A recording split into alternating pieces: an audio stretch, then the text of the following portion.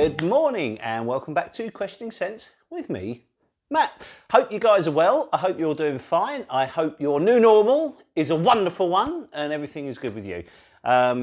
Questioning Scents are doing fine. We're all good. Family's excellent. The only thing that's a bit annoying again, and I keep banging on about this, is the weather. The weather's all over the shop. We're getting great days, bad days, hot days, wet days, you name it, it's all coming. And this is July, this is our summer.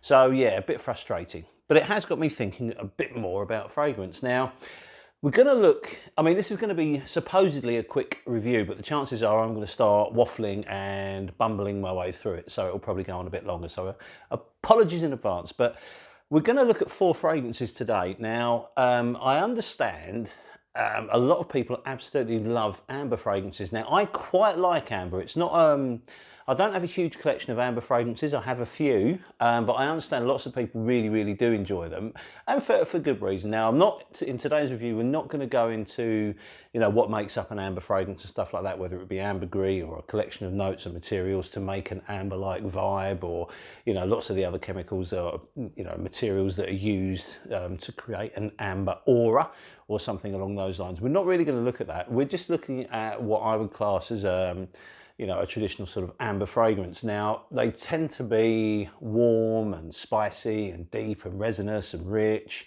And these kind of lend themselves more traditionally to colder climes. So what we're trying to do with this video is look at 4 different fragrances. So you could have potentially an amber fragrance to wear all year round. So you've got one for summer, one for winter, one for spring and one for autumn. Now, the winter and the autumn ones are very easy. When I looked at my collection, when I thought about doing this video, they were kind of self-picking, so there was no problem at all. But then when you get to spring and then when you get to summer, that's when it gets a bit more tricky.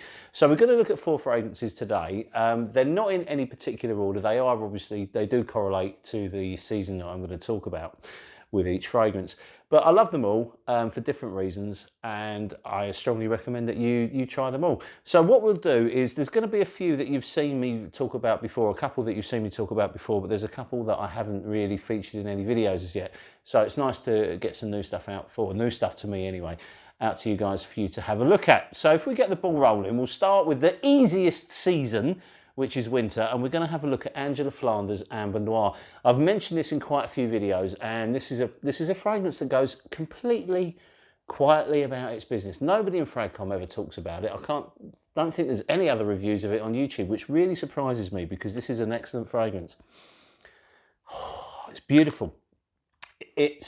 I mean, this is a 30ml bottle, and I've had this a long time, and you can see how little I've used of it. And that's not because I don't wear it very often. It is one that I only wear really in colder climes. But this is an incredibly potent juice. It lasts a very long time. It's very rich, it's very heavy, it's very resinous. It's a boozy fragrance. There's a slight hint of incense in here.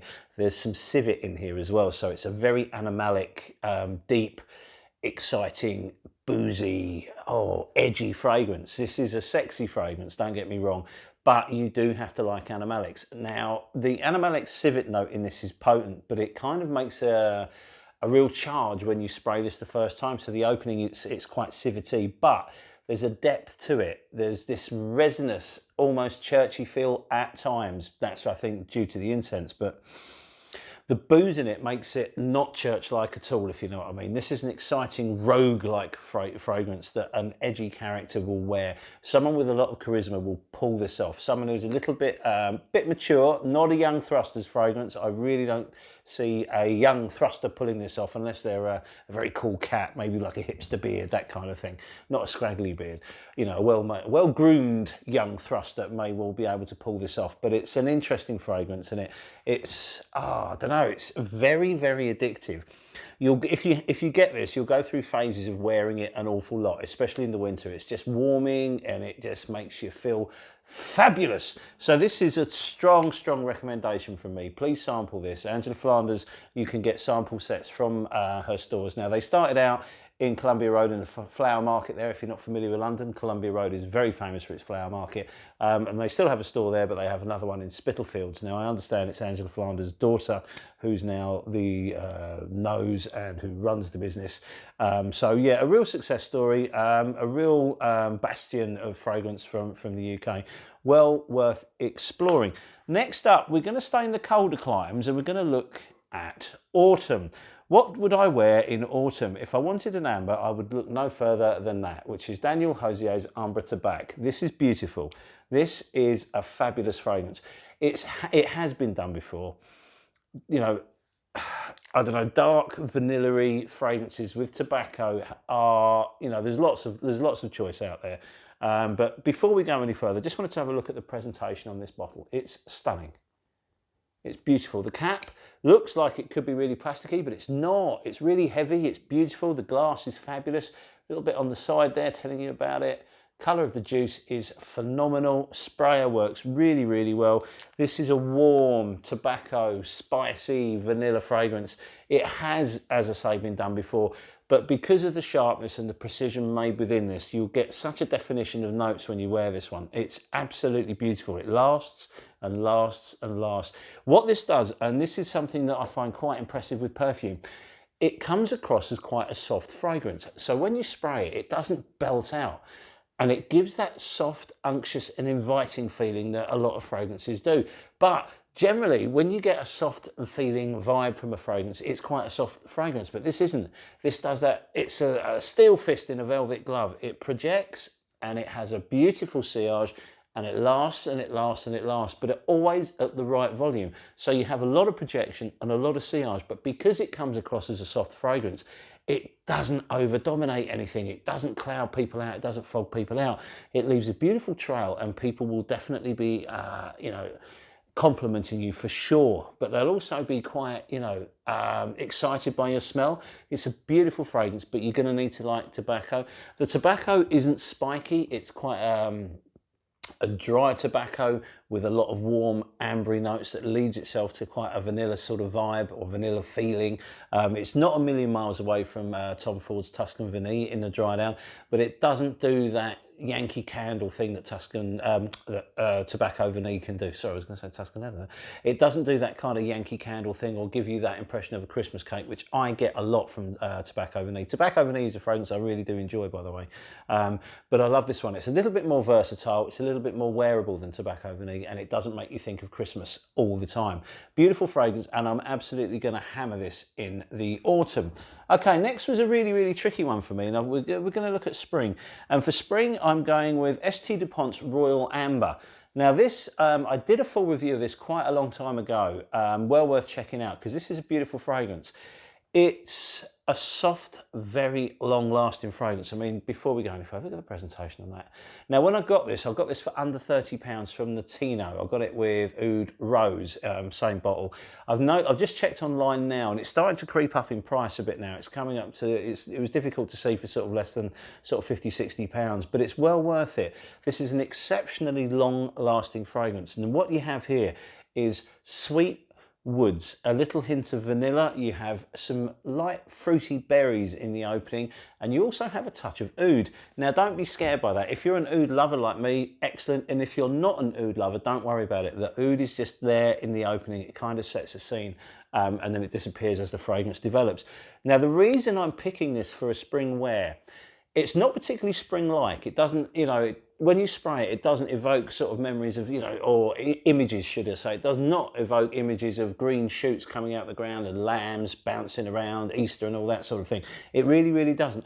But what it does do, and this is a really good thing for me, because it's very long-lasting and it's very soft, it's very rich, but it doesn't over-dominate. It doesn't overpower anything. It's always there. It's more than a skin scent, but it doesn't kick out everywhere.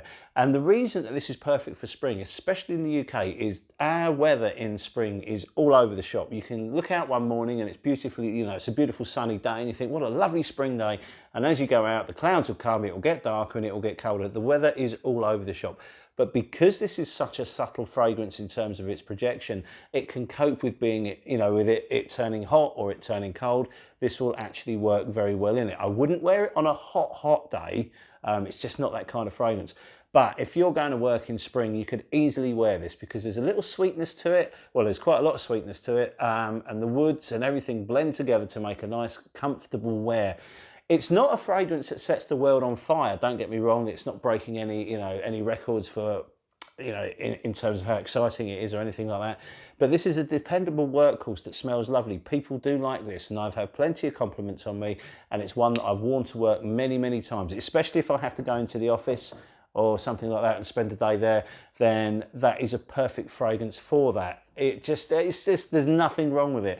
Despite the fact it has oud in it, you know, it's not an alarming oud, and it's certainly not going to turn anyone away from you. You're just going to smell a little bit exotic and a little bit enchanting. It's quite a, I don't know, the Royal Amber sets the scene because it does feel quite a regal fragrance when you, and you know, the smell of it is quite regal. It's, it smells of money actually. It smells like a wealthy person's fragrance, which I think is a really good thing. And I think I pretty much said this in the previous review of it. If Amouage had made that, you wouldn't be surprised. It has that kind of vibe to it. Now, obviously it's not a stupidly expensive fragrance or anything like that, but the quality is there and the presentation is beautiful. I really, really love this bottle. Okay, now this is the hardest one of the lot. Summer. Can you wear an amber in summer? Yes, you can. Thanks to Ormonde Jane, you can. This is another one. Well, this is actually called Royal, no, not Royal Amber, Amber Royale by Ormonde Jane. This is absolutely phenomenal. Beautiful, beautiful fragrance. Now, obviously, Ormonde Jane are an expensive niche house, and you can pay a lot of money for some of their fragrance. However, some of them, like this one, you can get for under £100. This is a 50ml bottle. It's as heavy as it gets. It's so solid. The cap, when it eventually comes off, it's just like a block of lead. It's beautiful. The presentation is glorious. The functionality is perfect. This is a beautiful fragrance. I have two from the house, and this is the one I'm going to talk about now because it is an amber. But you can wear this in summer. Maybe not on a scorching day, but you can certainly wear this on a warm day, and I have been wearing this on a warm day. It's absolutely beautiful. So how does it work? Well, it's an amber fragrance, yes, but within this fragrance, you've got a lot of notes that you wouldn't, or a lot of materials that are in this that you wouldn't normally associate with an amber type fragrance. And in the opening, you'll have some bergamot. You have other types of citruses in here, and they just absolutely lift this. There's a little bit of greenery in here too that gives it a slightly fresher vibe, and this all floats around you. This is a perfume with immense sillage. This is one that does that. It smells nothing like Baccarat Rouge BR540, but it does the same kind of thing. It's incredibly airy. And what it does is it takes you on a real journey. There's some jasmine in this, so you get some florals that lift it all up, and then obviously it comes down to a kind of a warm woody amber. But because of those citruses, because of those florals in the opening, it never becomes too heavy.